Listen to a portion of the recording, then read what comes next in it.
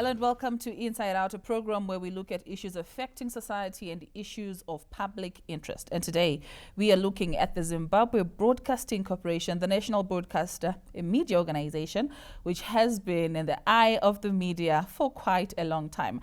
Now, media has been particularly interested in the national broadcaster for various reasons, issues to do with performance, coverage of political parties, and sexual harassment issues, among other issues.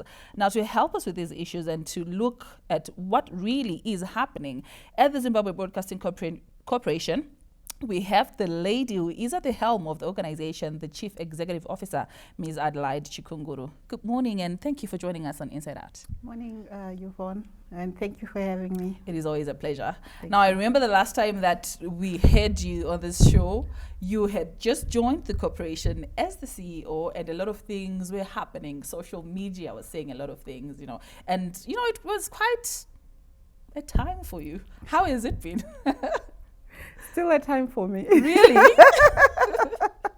Still a time for me. Okay, tell me about it. Yeah, well, look, in terms of the work itself, it's been the most rewarding time of my life. Okay.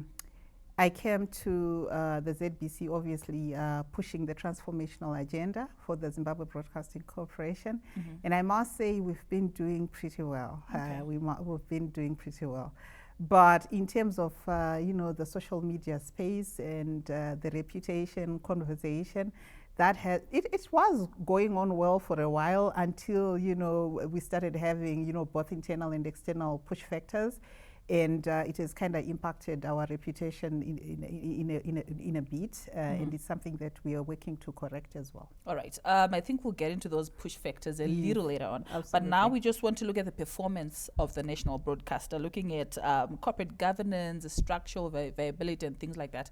How has it been? We've been doing very well, Yvonne. Okay.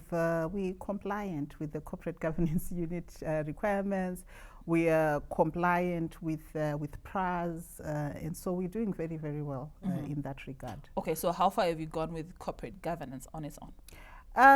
Yes, I know it's an interesting question because coming in, obviously, we had a lot of governance issues with prior administrators. These are currently, as you know, at court, and we can't really discuss them because that would be sub judice. But in terms of getting the policies into place, the systems into place, we've done extremely well. We are 100% compliant at the moment. In terms of CGU requirements, we are 100% compliant. What of structural challenges, viability challenges? Of course, we've got, currently when I came in, we did have, some viability challenges, but I must say those have been addressed to a large extent. Which ones are those ones? Yes, I'll talk to that, Yvonne. Okay. We had cash flow issues coming in, obviously. You'd understand then that workers had gone for 3 months without salary when I came in. But we're now able to pay our workers on a monthly basis. Okay. We are running our operational costs. We are even purchasing capex. You will know that towards the elections, there was a requirement for about 33 billion for ZBC to be able to be capacitated to run elections. Okay. And most of that money was funded by ZBC itself. So ZBC was able to capacitate itself. We did get grant financing from government, but 3/4 of the finance that came towards elections was funded through the ZBC.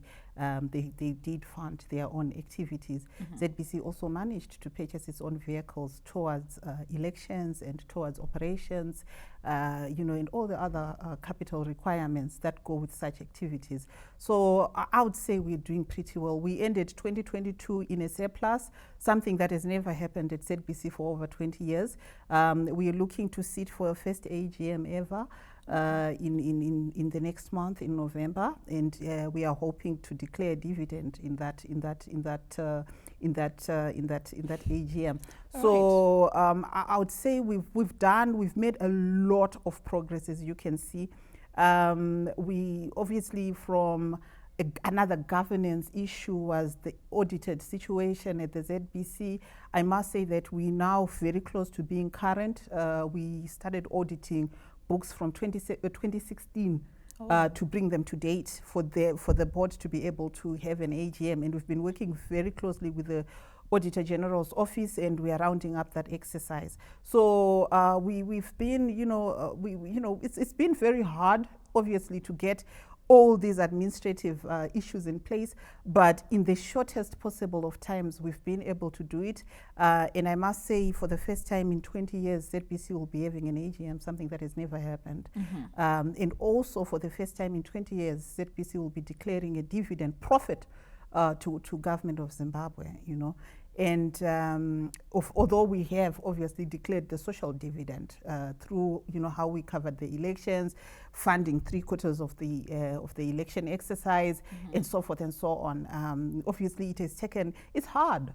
You'd understand even from where you sit. It's been hard. It's gruesome. It's not an easy conversation, and a lot of people will ask, "How do you do it? How is it?" And on that note, several articles that I've read about you in different publications, you are always being labeled as this lady, this CEO who rules with an iron fist. Why do you think they have that perception? I do. Okay. I actually do rule with an iron fist. What does that mean? We got a Margaret Thatcher iron fist. Just called the iron lady. Yeah. No, I'm just kidding. I'm just kidding. But you have to. You have to. I don't even know what it means, but I'll always take it positively and say, maybe I'm getting something right. We need discipline in the work environment. We need ethics in the work environment. We need responsible teams.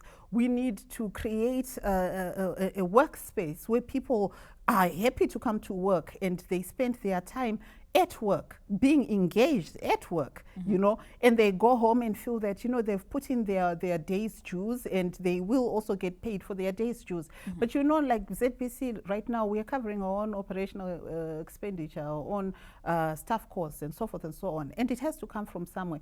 All those increments we've been giving over the years, it's coming from somewhere, from us, our work, right? And so you have to be tough. And I am tough. I'm tough, Yvonne. I'm tough. So there are no apologies about it. Okay, I fine. am tough. So you have to on be. You being tough and what you've just said, Yeah. maybe some of these things come from a matter of misconception. Maybe people don't really know you or understand They don't have how you work. Yes. Okay, fine. For the purposes of them trying to understand you just a little bit, maybe your management style, if you can talk to us about that. And again, I'll keep referring to the stuff that I've read. The recent article that I read mentioned you coming up with what they called a shambolic grading system. I don't think the Patterson system is shambolic. It's actually effective than what was there. What was there was shambolic. And it's true. What was there was shambolic because employees had gone for years without being graded, without getting promotions, without being rewarded for their work. And then we came in with a grading system that works, that rewards employees. People are in the same grade. Remember when we came in, we had people in the same grade, some doing the very same roles, some being graded higher, but everybody is doing the same work, doing the same roles. And this has equalized, right? And so we've done that and we are happy about it. And I've never had complaints. I've never had anyone come and say, oh, I'm not happy with the Patterson grading system. It hasn't. Employees have actually come and they're quite happy. So they're happy with it? Yes, they are. Yes, absolutely. All right. So having talked about that, let's look at... we're having effective assessments as well. I'm sure everyone is getting assessed where they are and where opportunities. I was on LinkedIn the other day congratulating one of the engineers, 2-3 that had been promoted. This is how a system should work. All right. Now, having said that, let's look at the national broadcaster and its mandate. The ZBC is always being accused of not living up to its mandate as a public broadcaster. You are accused of favoring the ruling party. And now people say, you know what, the ZBC does not stand by what it is supposed to do. And now advertisers are shunning it because it favors ZANU-PF, in the words of those who speak. I don't think it's true. If you look in the past elections that we just held, it was the very first time that opposition was given so much airtime on national television and or radio. Sometimes they were even declining to come. I mean, it's there, it's covered in reports and it's known, it's not a secret. And I will continue to stand by it. I think our our teams we've not favored any political party for that matter. We've given, have you not seen the CCC on national TV? Have you not seen them on ZBC giving interviews? Were they not invited to the manifesto to air their manifestos? But maybe the argument is when they're covered, how are they covered? No, they're actually covered pretty well. Yeah, we've been without bias whatsoever. But I think also, Yvonne, again, you know, some of these attacks are coming from, you know, it's more of a political conversation where, you know, some parties might want to, and I know you're probably speaking to maybe some of the reports that came out from observer missions and so forth and so on, but you'd understand that some parties would always want a reason for why they lost an election. We lost an election because we were not covered by ZBC. We lost an election because this and that, you know, and there will always be those. And you can't really get into that because then you're getting yourself into a lot of problems. All right. So you are categorically stating that the national broadcaster is living up to its mandate. Absolutely. We are educating, we are entertaining, we are informing, we are doing that every 30 minutes. We are producing news, new bulletins. I think we are the biggest content producer in Zimbabwe right now. And we are doing exactly what our mandate says we should do: educate, inform, and entertain. And the same applies to political parties. Yes, absolutely. All right. So how then are you balancing the politics and resource mobilization? We are more we concentrate more on our core business, which is obviously we need to finance the content, and the content should not be all political. You know, there's other content, entertainment, for example, information, infotainment, and other things. So the content itself should not be all. We tend to think that ZBC is political. No. That's not what it is. You'd understand that also we've just recently launched, I think in early 2022, April, at the ZITF, we launched Jive, which is an entertainment channel, right? So you can see that we are launching new channels as we should, you know, progressing as we should, coming up with new, you know, in terms of business development and innovation. We're coming up with new channels, new content. We are about to launch News 24. Maybe that can address your political conversation. But I mean, there must be a reason why the ZBC is deemed as political. I don't think so, Yvonne. It would. We also talk to the way I get attacked in the public space. You know, I don't think that even when you have read it, do you believe all those things working here, understanding where you work, Yvonne? You know, so it's again, for me, it's some political conversation and having a go always, you know, at ZBC for no reason. The other time we were having, maybe I won't talk about it now, you know, where we were having some of our staff members, innocent people, in the press being accused of doing things they had not done, right? I myself have been in the press being accused of things I have not done. You're always in the I'm press. always in the press, being accused of things I was in the press from the first day I came. I was on social media. The very first, before I even started at ZBC, I was already in the press. You know that. I do. I was already in the press. And I was working for another organization, and they were shocked.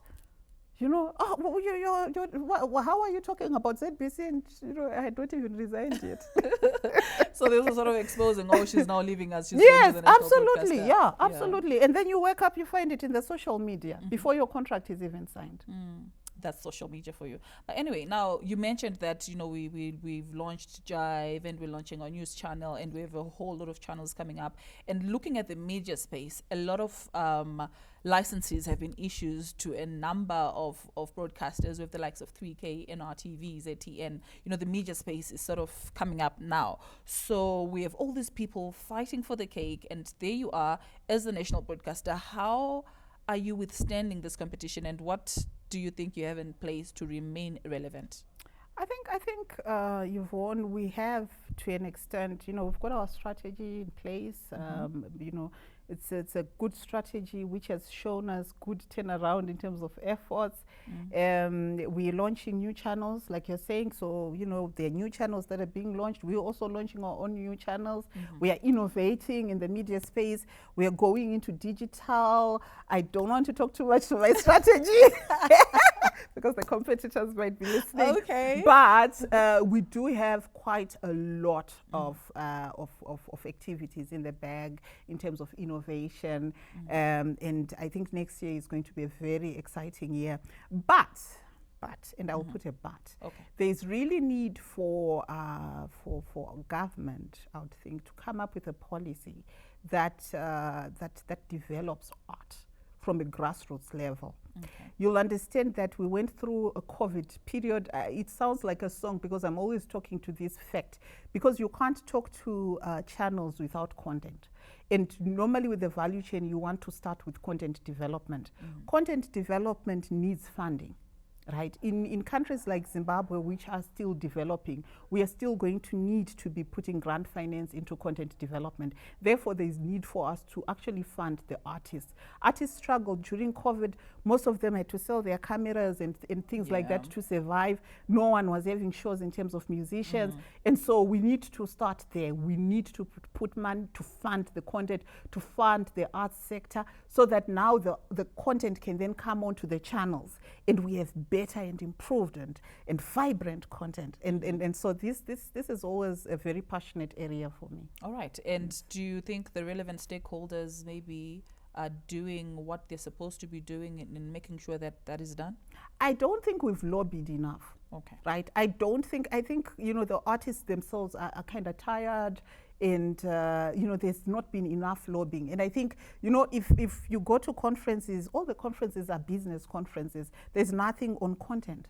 We don't have anything on content buying. We don't have anything on content developing. And yet, development, and that's a major sector. If you go to Hollywood, that's billions of money. If you go to Bollywood, the same. Nollywood, the same. It's producing serious money for actors in Nigeria, in Ghana, and everywhere. But here, and even in South Africa, Botswana, Namibia. But here in Zimbabwe, we're still far back. And we've gone backwards, you know, because sometimes, you know, we're having to return certain content to independent producers because it's not meeting the grade. And then at the same time, we have to capacitate ZBC to be able to develop the kind of content that we want in terms of, you know, I know people now are into reality TV in terms of entertainment. That's one of our mandates. And so these are the areas that we should be going. But there's need for capital finance in order for us to put money into content development. It's a huge industry. Film industry is huge, music industry is huge. We just need investors now to go into those industries and put money into it. So private partners should come in, government should come in, we should develop PPPs, actors should come in, and you know, the whole industry should come together of artists to be able to develop our content industry. All right. I have to ask you this, Yes, just to make it clear. Yes. You know, in terms of content creation, we've been accused as a national broadcaster by various content creators that, you know what, we have all this content for the national broadcaster. But I don't know, they seemingly face some challenges when they give the ZBC their content in terms of maybe payment and things like that. These are legacy issues, Yvonne. These are issues we came in and they were there. That was because of the funding structure of ZBC that was existing at the time, right? But now we've got proper models. We do have independent producers bringing content. We are paying for some of that content, and it's known. But we're also in partnership deals with content producers where producers come and we share advertising airtime. Again, that's a model that we use, but then we also purchase some content. So it just depends. And some content is donated. All right. Yeah. So we also have some donated content that comes again from independent producers. So we've got a whole a variety of models on how we actually get this content, and in terms of content acquisitions, and we do have a content acquisition policy that we talk to and so forth. But I think for us, we have had meetings with independent producers. We had a meeting in Bulawayo, we had a meeting in Harare, we had a workshop with them at the film school. But I think, you know, ZBC as an organization cannot do this alone. It's a bigger conversation to try and stimulate content development. I know the Culture Fund are trying their best, but again, it's not a lot of money. Yeah. All right. I know we talked about, you know, the political space earlier on, and I want to go back to that. Looking at the 2023 general elections that we recently had as a country, your assessment as the national broadcaster, how do you think you did? Our role in the election was just coverage of the elections, and so far I think we did extremely well. And if I were to rate it, but you know, I'll be self-rating, of course, self-assessing. I would think we covered pretty well. I'd give it about 80%. 80%. Yes, And the 20? coverage. The 20% is always for the other things that we had no control of. And, everything can't be perfect. It can't be 100%. I wish it could. But we had obviously some few challenges here and there. But I think in terms of coverage, I would give ourselves a good 80%. In 80%. Yes, All right. So do you think maybe you could have done better if you had resources? I think we did have resources. We did have resources, Yvonne. I mean, given this election compared to all the other elections we've had, we had better resources, and that's the truth. Our teams that covered the elections actually did say that we resourced the activity quite well as the national broadcaster. So the conversation to say there were no resources, ZBC did not resource ZBC does not have infinite resources, clearly. But where we have got a national agenda, we're going to put our resources into that exercise, and we did pretty well. Even the stakeholders were happy. All right. So maybe can we get into the challenges that you faced? Can we really get into them so that for future purposes? The challenges that we face and not faced. The challenges we may be talking in terms of the elections. Okay, in terms of the elections, there were a lot of challenges. For example, accessibility to certain places, logistics. Some places were inaccessible. We were the ones that were assisting the ZEC with provincial announcements. Yeah. We did all the provincial announcements, and sometimes even like when we wanted to get to certain places, they were inaccessible. Not because we didn't have vehicles, but it's just accessing the place. But we did eventually get there. Yeah. Sometimes a little bit later, but we got there. And then there are other things to say. Maybe if we had a little bit of more financing, then we could have done maybe 100% better. Okay. But we didn't, and we did what we could. But as a team, we really did all our best to do that. Everything else had to stop. Everything else had to stop. Yeah. So you think maybe after 5 years, when we have elections, we'll be better placed? I think so. I think we'll be better resourced. As you know, we were also working to upgrade our studios and things like that. So I think, given the 5-year plan, by the end of the 5 years, we would have finished all these critical equipment upgrades. We need, new OB vans. In fact, not new, additional OB vans, because we are having to cover multiple events at one time. We've kind of, we now have 3, but we need much more. And we now need, obviously, to move to newer equipment. TV in a bag, radio in a bag. We've done that. We've purchased a few. We are in the process of buying a few more, but that's not enough. We need, I think ZBC to a large extent just need capitalization. But let me just ask you this, maybe on a personal note. How are you feeling during the election period? Because there are a lot of there were a lot of ideas being thrown around. This is the election period. This is the time that she's going to be judged. Can she stand? Can she do it? How are you feeling with all that going on? No, well, I survive. I'm a survivor. As the Iron Lady. Not as the Iron Lady. People were talking to the liberation struggle, me being born in the liberation struggle. I think that helps. To be honest, with resilience.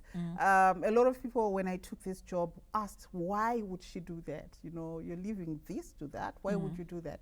But I felt that, Yvonne, you said it's a personal question, so I'll answer it from a personal point of view. I felt that, I've been at ZBC. This is not my first time here. I'm sure you know that I was a production assistant in current affairs that many years ago. And I felt that when I saw the advert and I answered to it, I felt that I was the right person to do this because I had the right credentials. I have the right background. I'm patriotic. All those things. I'm also very professional. I've had good training, funded by the government of Zimbabwe, by the way. And I felt that this is the only way that I can give back to my country.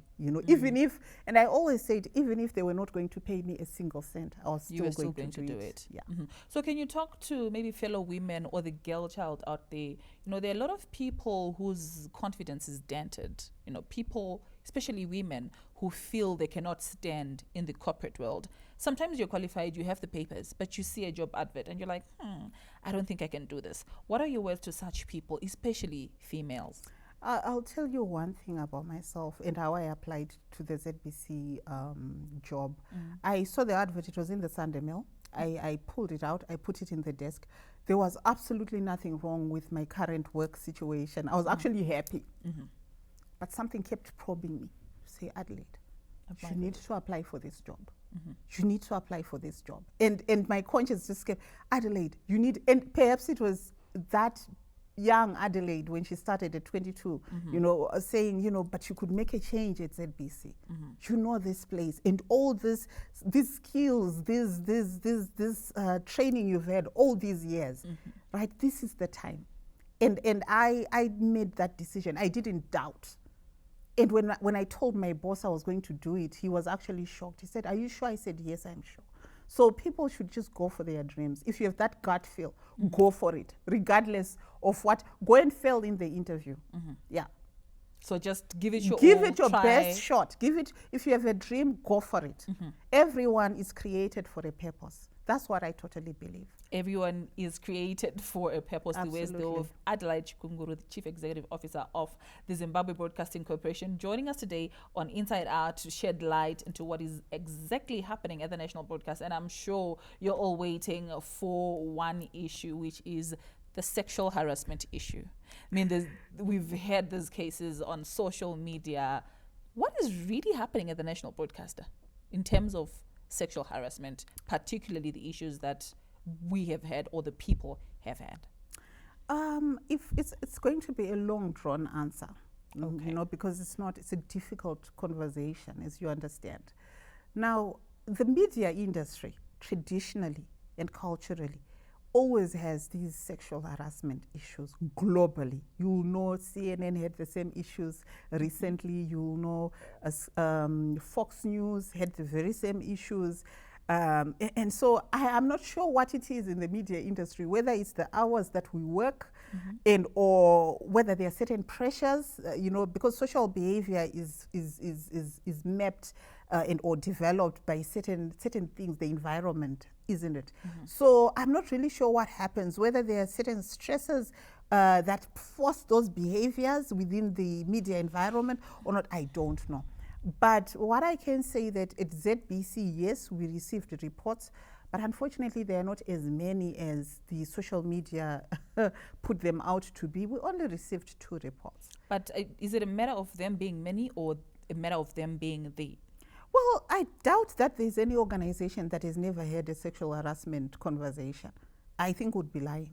But I don't think we should quantify them. Yeah, I don't think most organizations can stand and say we've never in our lives experienced a sexual harassment case or a conversation, even though it might not have been reported. It could have been there, but never reported. So it takes a lot of courage for people to come forward with sexual harassment cases. And it also takes a lot of evidence because you're going to have to prove a sexual harassment case. And those are in most times difficult to prove. So you'll find that victims don't end up reporting, right? They might tell their friends, they might tell relatives, but they might find it difficult to actually come forward and prove it. You know, so yes, we've heard, it's true, we've had those cases, just 2. Why I'm talking to quantities, because we had a spin on that, Yvonne, as you know. We had people who were being accused of sexually harassing and being suspended in the social media space, and there were no such reports for those people. You know, and we've had to issue out a press statement to that. Yeah. And you're a female CEO. Absolutely. And one thing, again, that you've been accused of is keeping quiet, according to social media, when it came to sexual harassment issues. It's not true.